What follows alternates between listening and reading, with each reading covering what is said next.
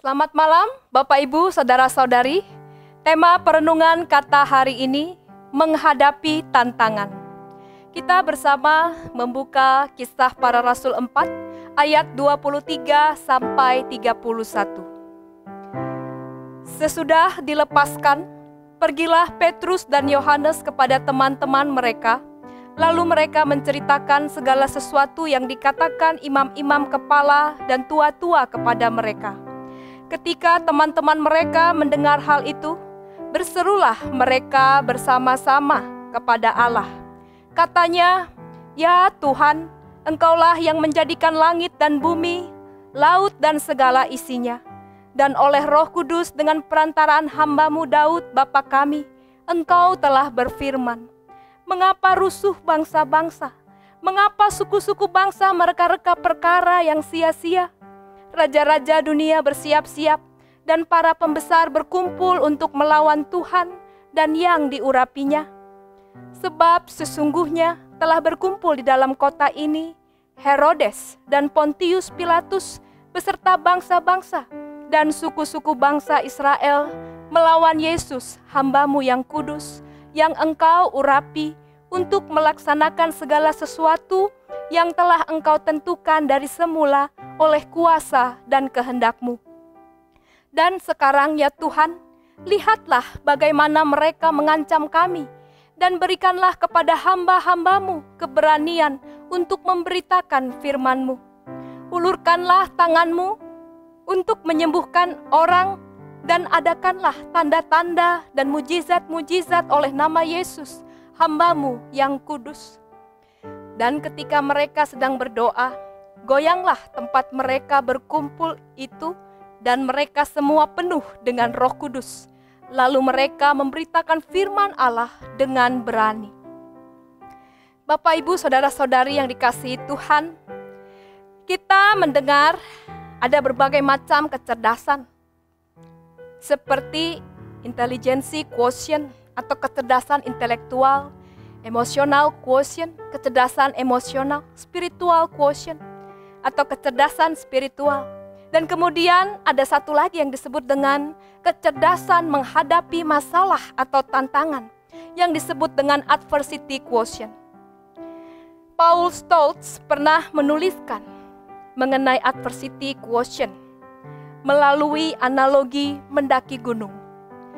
Jadi dalam menghadapi pergumulan, ada 3 tipe manusia. Gunung ini diibaratkan sebuah tantangan, pergumulan, atau ancaman. Tipe manusia yang pertama adalah quitters. Mereka adalah orang-orang yang menyerah sebelum berperang. Jadi setiap kali menemui kesulitan, setiap kali menghadapi tantangan, mereka segera menghindar. Mereka segera menyerah. Lalu yang kedua, tipe campers. Dia beristirahat atau mendirikan tenda bila mendaki gunung. Maksudnya, bila dihadapkan pada kesulitan, dia merasa takut. Dia pasrah. Kalau misalnya masih kuat, dia akan mendaki gunung itu. Tetapi kalau sudah tidak kuat lagi, dia akan berhenti dan pulang. Jadi tidak ada rencana untuk mendaki gunung lagi. Yang ketiga adalah climbers. Mereka adalah para pendaki sejati. Orang-orang seperti ini ketika dihadapkan pada masalah dan tantangan, dia berusaha untuk mencari jalan keluar dengan sepenuh hati. Dia tetap memanjat, dia tetap mendaki. Dia berani berlelah, dia berani terluka untuk mencapai puncak gunung atau tujuan akhir dari kehidupannya. Bapak, Ibu, Saudara-saudari, berangkat dari tipe yang dikelompokkan oleh Paul Stoltz tadi, tipe mana seharusnya yang menjadi tipe seorang pengikut Kristus? Nah, seorang pengikut Kristus hendaknya menjadi seorang climbers. Seorang pengikut Kristus harus berani dan tekun menghadapi tantangan hidup. Bapak, Ibu, Saudara-saudari yang dikasihi Tuhan, setelah hari Pentakosta, murid-murid Kristus memberitakan Injil. Mereka pergi ke seluruh daerah-daerah di Israel, di mana di daerah tersebut banyak orang-orang yang belum mengenal Kristus. Mereka mengajar, mereka bersaksi demi nama Kristus. Mereka juga menyembuhkan orang sakit dalam nama Yesus.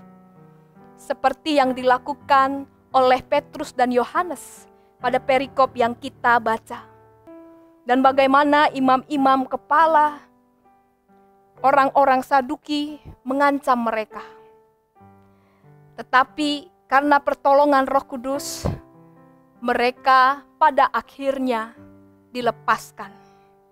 Lalu, apakah kejadian dalam persidangan Mahkamah Agama membuat Petrus dan Yohanes kapok beriman kepada Kristus? Apakah kejadian itu membuat mereka berhenti bersaksi bagi Kristus? Ternyata tidak. Mereka sadar bahwa di sekitar mereka memang banyak tantangan, banyak ancaman. Tetapi yang mereka lakukan adalah mereka tetap bersekutu. Mereka merendahkan diri dan berdoa. Dan juga mereka tetap memberitakan firman Allah dengan pertolongan Roh Kudus. Mereka adalah climbers. Mereka adalah pendaki sejati, Bapak Ibu. Mereka tidak mengeluh, mereka tidak menghindari masalah. Malah mereka bertekun mencari jalan keluar atas pergumulan, ancaman ataupun tantangan yang mereka hadapi di dalam menjadi saksi Kristus. Karena mereka punya tujuan yang dikehendaki oleh Allah. Tujuan mereka adalah berdirinya umat Allah, berdirinya gereja, berdirinya orang-orang yang percaya kepada Kristus. Bukan hanya pada zaman mereka saja, tetapi melampaui zaman. Kita adalah hasil pemberitaan Injil mereka. Kita hadir saat ini. Inilah bukti pencapaian mereka, tujuan mereka. Bapak, Ibu, saudara-saudari yang dikasihi Tuhan, dunia yang kita tinggali saat ini bukanlah tempat yang steril dari pergumulan, tantangan, bahkan ancaman. Setiap saat dan setiap hari kita bisa diperhadapkan pada tantangan ataupun ancaman, baik secara pribadi maupun di dalam persekutuan. Ada tantangan yang sifatnya internal maupun eksternal. Tantangan apa yang kita rasakan di dalam persekutuan? Perbedaan pendapat, kerjasama, kesatuan hati. Kita sering mengalami ini sebagai sebuah tantangan dan kita sering memperjuangkan. Lalu tantangan dari luar gereja, seperti nilai-nilai duniawi yang bertentangan dengan firman Allah. Egoisme, pergaulan bebas, materialisme, kekerasan, bahkan bencana. Baik itu bencana alam, bencana sosial, atau bahkan pandemi yang kita alami saat ini. Apa yang bisa kita lakukan sebagai orang-orang percaya, baik secara pribadi maupun dalam persekutuan? Petrus dan Yohanes telah memberikan teladan kepada kita. Mereka tetap berada di dalam persekutuan. Hari-hari ini Bapak, Ibu, saudara-saudari, kita harus tetap bersekutu. Meskipun tidak secara fisik. Jangan sampai situasi yang kita alami saat ini membuat kita kemudian malas bersekutu atau menarik diri dari persekutuan. Cuma virtual kok. Ibadahnya cuma secara online. Kita tidak boleh mengemukakan alasan-alasan seperti ini. Kita dapat tetap bersekutu di dalam roh. Lalu berdoa. Bapak, Ibu, saudari yang dikasihi Tuhan, mungkin ini sesuatu yang klasik, yang sering kita dengar. Tetapi di dalam doalah kita benar-benar menjadi umat Allah. Kita dapat mencurahkan isi hati kita di hadapan Tuhan. Kita dapat mendengarkan Tuhan. Di dalam doalah kita betul-betul bergantung kepada Tuhan. Jangan lupakan berdoa. Jangan meremehkan berdoa. Sebab di dalam doa ada kesatuan antara kita dengan Tuhan. Ada relasi yang akrab, ada relasi yang erat. Dan yang terakhir, mari kita tetap menjadi saksi Tuhan. Memberitakan firman Tuhan artinya kita memberitakan kabar baik. Memberikan semangat kepada yang letih lesu. Kita tetap memelihara sukacita apapun yang terjadi. Sampaikan Injil, sampaikan firman Allah dengan gaya hidup kita.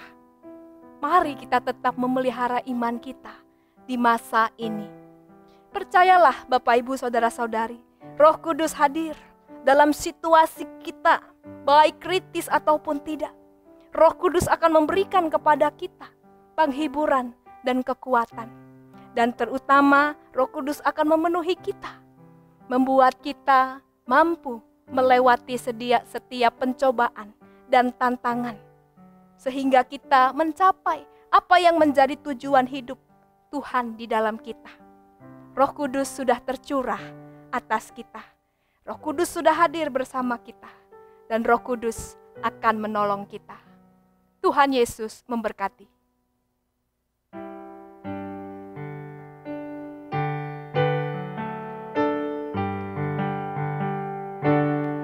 Sebarkan wartanya kepada manusia yang hidup berkesah di dunia resah.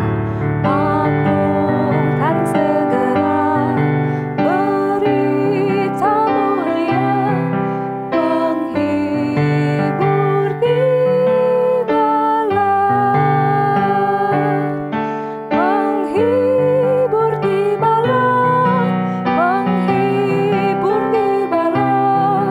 Roh Allah yang kudus berlimpahlah terus. Sebarkan wartanya kepada manusia, penghibur tibalah. Mari berdoa. Bapa di dalam surga, sungguh kami bersyukur bahwa Engkau boleh mengutus Roh Kudus hadir di tengah-tengah kami, menemani kami dalam menjalani hidup di dunia ini. Kami bersyukur bahwa Tuhan mempercayakan kami menjadi saksi Tuhan. Tuhan, Engkau melihat bahwa ketika kami menjadi saksi-Mu, banyak tantangan, pergumulan yang kami hadapi. Apakah itu sakit penyakit, relasi kami dengan keluarga, relasi dengan teman sekerja, bahkan relasi dengan tetangga-tetangga kami, keraguan akan masa depan. Tapi kami percaya oleh karena firman-Mu mengingatkan kami bahwa Roh Kudus yang hadir bersama kami saat ini akan menolong dan menghibur kami, sehingga kami boleh menjadi saksi setia di dalam dunia saat ini. Kami juga memohon pimpinan-Mu ya Tuhan, agar kami boleh menjaga persekutuan di antara saudara-saudari kami seiman saat ini, supaya kami beroleh kekuatan dan semakin percaya, semakin dimampukan untuk mewartakan kebaikan, mewartakan firman Tuhan yang dapat membuat kami terus mengalami keselamatan. Terima kasih ya Tuhan. Kami berdoa di dalam nama Bapa, Yesus Kristus dan Roh Kudus. Amin.